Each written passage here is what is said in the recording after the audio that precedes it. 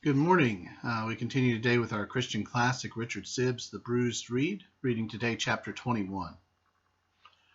The second branch is that wheresoever true wisdom and judgment is, there Christ has set up his government.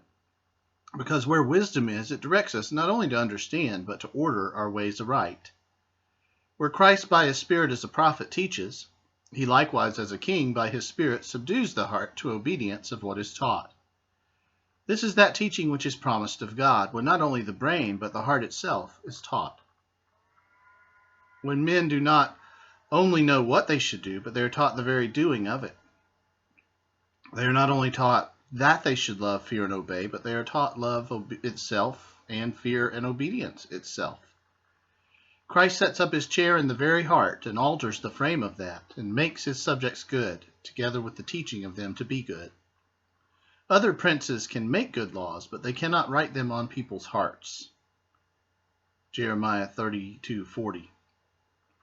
This is Christ's prerogative. He infuses into his subjects his own Spirit. Upon him there doth not only rest the spirit of wisdom and understanding, but likewise the spirit of the fear of the Lord. Isaiah 11:2.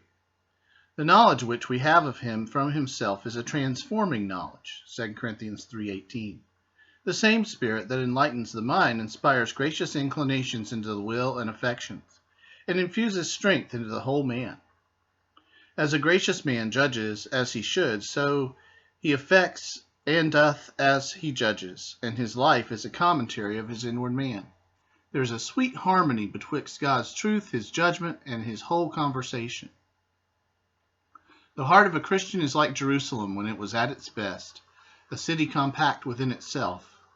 Proverbs 1:12-3, where there are set up thrones of judgment. Proverbs 122:5 or Psalms 122:5.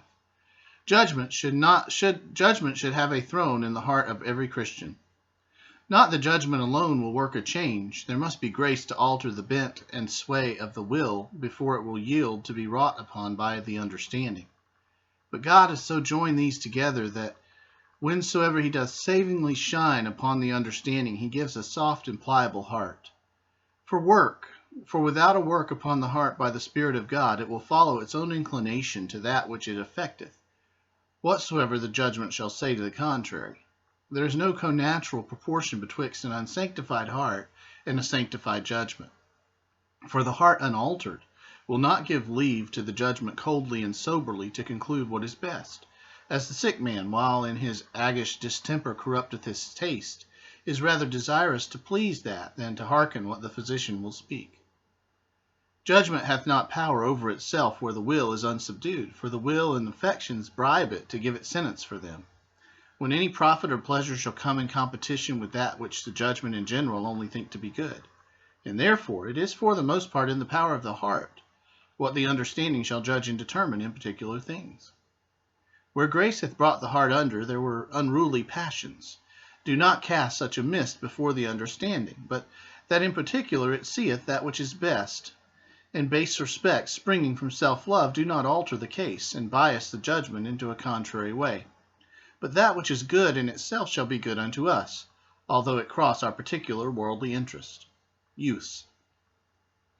The right conceiving of this hath an influence into practice, which hath drawn me to a more full explanation.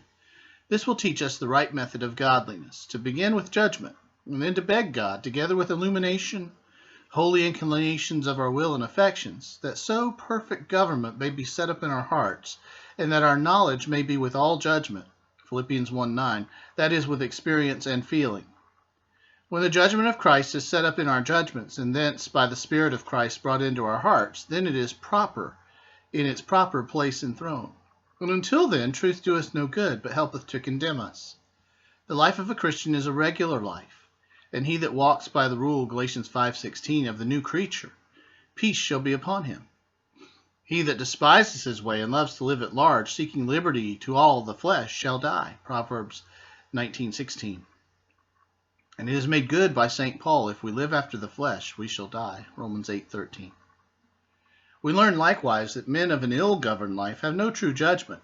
No wicked man can be a wise man, and that without Christ's Spirit in the soul is in confusion, without beauty in form, as all things were in the chaos before the creation. The whole soul is out of joint till it be set in again by him whose office is to restore all things. The baser part of the soul which should be subject ruleth all, and keepeth under that little truth that it is in understanding, holding it captive to base affections. And Satan by corruption getteth all the holds of the soul, till Christ, stronger than he, cometh and driveth him out, and taketh possession of all the powers and parts of soul and body, to be weapons of righteousness, to serve him, and then the new Lord's new laws. As Christ, the new conqueror, changes the fundamental laws of old Adam, he establishes a government of his own. This chapter today speaks to that idea of the mind and the heart.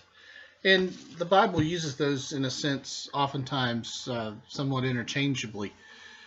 But there's a sense in which we can understand truth, but until we give ourselves to it, until we yield our hearts to truth, it really doesn't do us any good in terms of bringing us along in godliness. And in fact, it has a condemnatory kind of effect on us, because we recognize the truth but don't do it. We stand under, we sit under it, we put ourselves under it because we understand it. We're feeling or knowing the judgment that it brings, and God's judgment comes in light of that. But when we both apprehend and invest our hearts in, give ourselves to, yield our hearts to what is true, then God can work and does work with us and brings us along in godliness. And so you got the wicked person who just disregards God's truth. You got the person who professes to be a Christian, who knows God's truth but doesn't really regard it as or take it very seriously. And then you've got the Christian who is seeking to take seriously what God has said and walk in it. Quite honestly, I think of all those three groups, the most miserable person is the one in the middle. They know the truth, but not willing to yield their hearts to it. And all of us, I think, to some degree, are like that in certain areas of our lives, different pockets of our lives, or different seasons of our life, different points of our life, different days of our lives. There's no one over here on this one side that's just always walking in the right path, because, as Sibbes said in this chapter, our wills can begin to beg our judgment for mercy and pardon from the commands of God, and we can begin to buck against that and come up with all sorts of rationalizations and reasons for why to walk in a way that's really not what God would have for us. So this the heart is a tricky thing. It's difficult, and we need to remind ourselves of that. And it's part of what this book is doing, showing us some of the subtleties of the heart. But in the end, he who began the good work is going to finish that work in you. So he's working in us, but our place is to yield to that working, to submit ourselves to him, to be that living sacrifice day by day, and trust God to work. So with that, I hope you have a great weekend. I hope to be able to come back and read again on Sunday. And we're getting close now to the kind of the home stretch of the book. So I think in another week or so, we'll be completed with this Christian classic. Thank you for watching and following along. Have a good day.